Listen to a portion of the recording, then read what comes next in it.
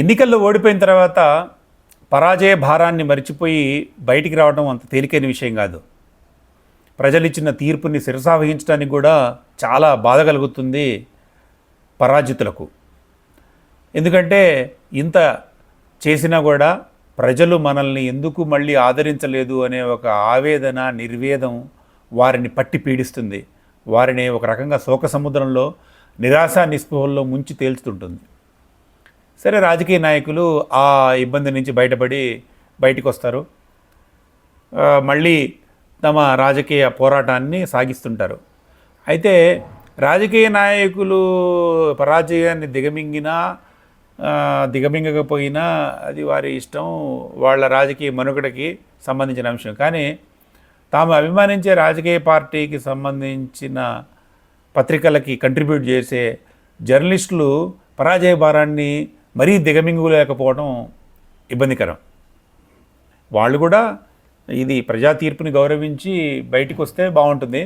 ఇదంతా ఎందుకు చెప్తున్నానంటే, నిన్న నమస్తే తెలంగాణ పత్రికలో సీనియర్ జర్నలిస్టు, మేమందరం కూడా చాలా సీనియర్గా భావించే టంకశాల అశోక్ గారు రాసిన ఒక వ్యాసం.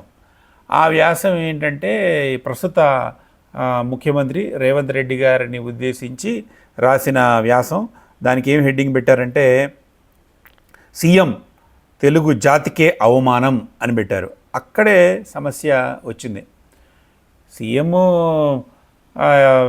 మెడలో వాళ్ళ పేగులు చింపి మెడలో వేసుకుంటా, లేకపోతే కళ్ళతో గోటీలు ఆడుకుంటా, లాగుల్లో తొండలు ఇడుస్తా ఇవన్నీ అంటున్నప్పుడల్లా జనం విమర్శిస్తున్నారు, నిష్పాక్షిక జర్నలిస్టులు విమర్శిస్తూనే ఉన్నారు. అయితే మొన్న ఈ మధ్య ది హిందూ హడల్ అనే ప్రోగ్రాంలో రేవంత్ రెడ్డి గారు హైడ్రాని హిట్లర్కి సంబంధించిన ఒక కోర్ టీం అని, ఇది ఎవరినంటే వాళ్ళని అసాసినేట్ చేస్తుందని, దాని స్ఫూర్తితోనే ఇది పెట్టామని ఆయన చెప్పుకొచ్చారు. ఇది నిజానికి ఇబ్బంది కలిగించిన మాట వాస్తవం. అయితే ఈ మాటల నేపథ్యంలో ఇప్పటిదాకా ఉన్న 21 ముఖ్యమంత్రులు తెలుగు జాతిని పాలించిన వాళ్ళు అట్లా ఉంచితే, వాళ్ళకి భిన్నంగా సభ్యత, సంస్కారం, పరిజ్ఞానం, ఈ 3 విషయాల్లో ఈ రేవంత్ రెడ్డి గారు ఘోరంగా బిహేవ్ చేస్తున్నారు. ఈయన తెలుగు జాతికే ఒక అవమానం తెస్తున్నాడు ఈయన అనే యాంగిల్లో వీరు రాశారు, టంకశాల అశోక్ గారు. దీంట్లో వాడిన భాష కొద్దిగా నాకు ఇబ్బందికరంగా అనిపించింది. ఇట్లా ఒక జర్నలిస్టు నిష్పాక్షిక విశ్లేషణ చేస్తూ ఉన్నప్పుడు, ఇది నిష్పాక్షికమని చెప్పడానికి లేదు, నమస్తే తెలంగాణలో వేస్తున్నారంటే నిష్పాక్షిక జర్నలిజానికి అది నిలువెత్తు అర్థం అని చెప్పుకోవడానికి ఏం లేదు. అది వాళ్ళ మౌత్ పీసు, దాంట్లో రాసుకోవచ్చు. కానీ కొన్ని పదాలు ఎంత మౌత్ పీసులు అయినా కూడా కొన్ని పదాలు జాగ్రత్తగా వాడాలి కదా. తెలుగు జాతికే అవమానం అనేది కొద్దిగా పరుషమైన పదజాలంలాగా నాకు అనిపించింది. ఇప్పుడు ముఖ్యమంత్రికి పరిజ్ఞానం లేదు అని అనడం కూడా అంత తేలికైన విషయమేం కాదు. ఇప్పుడు అంతా కె చంద్రశేఖరరావు గారికి వాళ్ళలాగా 70,000 పుస్తకాలు, 60,000 పుస్తకాలు, 10,000 పుస్తకాలు చదివి అన్ని విషయాలు తెలిసిన పండితులు ఎట్లుంటారు? అయినా ప్రజల చేత ఎన్నుకోబడిన ముఖ్యమంత్రి ఆయనకి ఇవ్వాల్సిన రెస్పెక్ట్ ఆయనకి ఇవ్వాలి కదా. నీ జ్ఞానం లేదు, నీ పరిజ్ఞానం లేదు, సభ్యత లేదు, నీకు సంస్కారం లేదు అంటే ఎట్లా? ఇప్పుడు మన పార్టీ వాళ్ళు మాత్రం ఆయన్ని పుట్టోడు అనొచ్చు, ఆయన మీద వ్యంగ్యాస్త్రాలు సంధించవచ్చు.